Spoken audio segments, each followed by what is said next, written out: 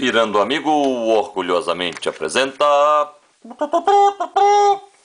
Termodinâmica, primeira lei, expansões. Então nós vamos ver, a primeira lei da termodinâmica envolve as seguintes grandezas: quantidade de calor cedido ou recebido, variação da energia interna e trabalho. Essas grandezas são representadas como energia. A primeira lei da termodinâmica relaciona essas grandezas com a conservação de energia. No momento, nós vamos estudar a expansão, que é o aumento de volume. Expansão nada mais é que o êmbolo se movendo para a esquerda neste desenho. Pode mudar o lado da abertura. Então, quando ocorre uma expansão, o sistema de alguma maneira tem que fornecer uma energia para empurrar o êmbolo. A gente até fala, o sistema realiza trabalho sobre o meio externo. Muito bem. A primeira expansão que nós vamos estudar é a expansão isobárica. Ok. Isobárica quer dizer que pressão é constante. O que é pressão? Pressão significa o número de colisões das moléculas na parede do recipiente. Ou seja, esse gás aqui, essas moléculas estão agitadas, livres aqui, se movendo dentro do recipiente. E as colisões das moléculas nas paredes do recipiente vai nos dar a pressão sobre a parede do recipiente. Se eu quero uma transformação isobárica, a pressão vai ser constante.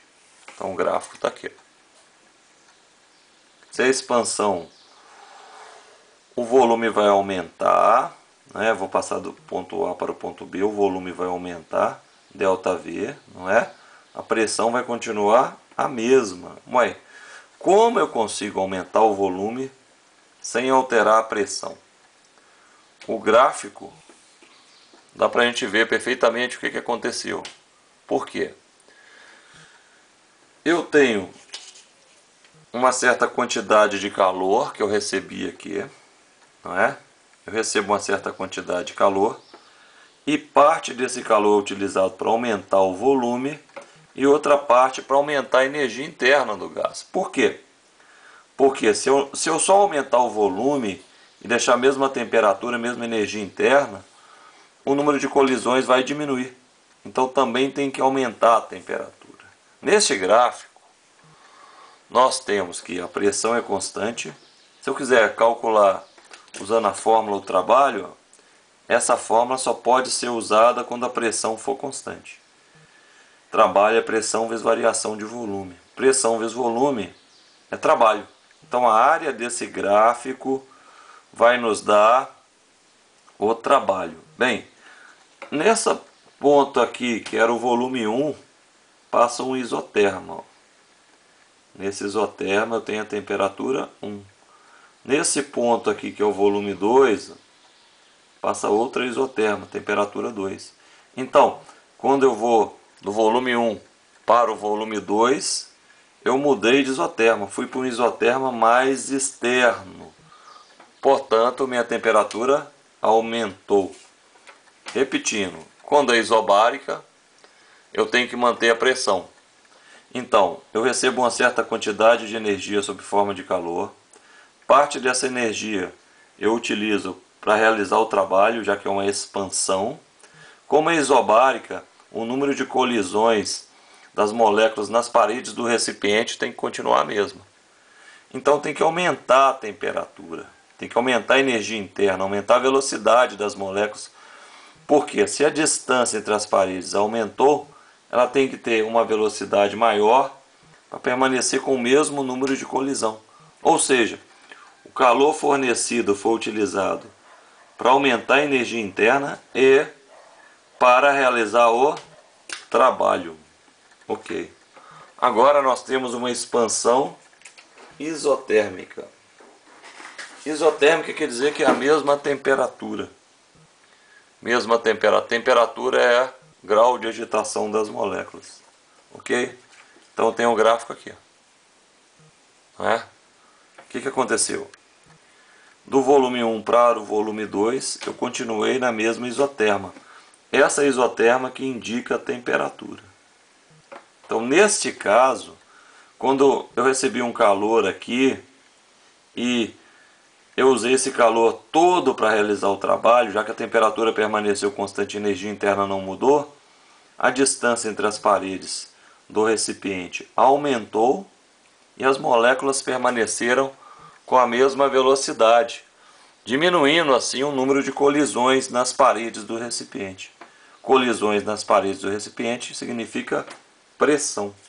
Então, nessa situação, quando é isotérmica, todo o calor recebido foi utilizado para realizar trabalho. Então, ΔU é igual a 0. Ok? Na equação, pressão é o quê? Pressão 1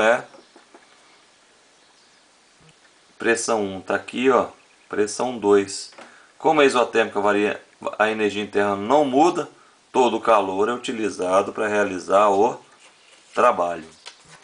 Expansão adiabática. Expansão adiabática é quando não ocorre troca de calor com o meio externo. Ou seja, o Q é igual a 0. Se o Q é igual a 0, o ΔU vai ser igual a menos trabalho. Então, se eu quiser aumentar a energia interna, para aumentar a energia interna eu tenho que fornecer mais energia para as moléculas, não é? Onde que eu vou tirar essa energia? Do trabalho. Ok? Observe. Quando eu tenho essa situação, que é adiabática, eu preciso realizar trabalho para aumentar o volume. Eu preciso de uma energia para realizar um trabalho para mover o êmbolo. Como eu não recebo calor do meio externo, essa energia vai ser retirada das moléculas.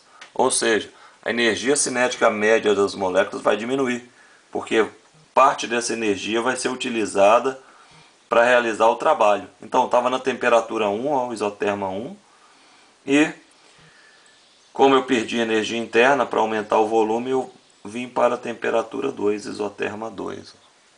Não é?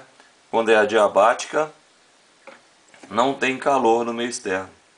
Ok? Então, o ΔU é igual a menos trabalho. Como eu tirei energia interna para realizar o trabalho, a energia interna diminuiu, o ΔU é negativo, não é? Então esse trabalho vai ser do sinal contrário, vai ser positivo, e realmente é, que é uma expansão. Ok? Muito bem. Pirando, amigo.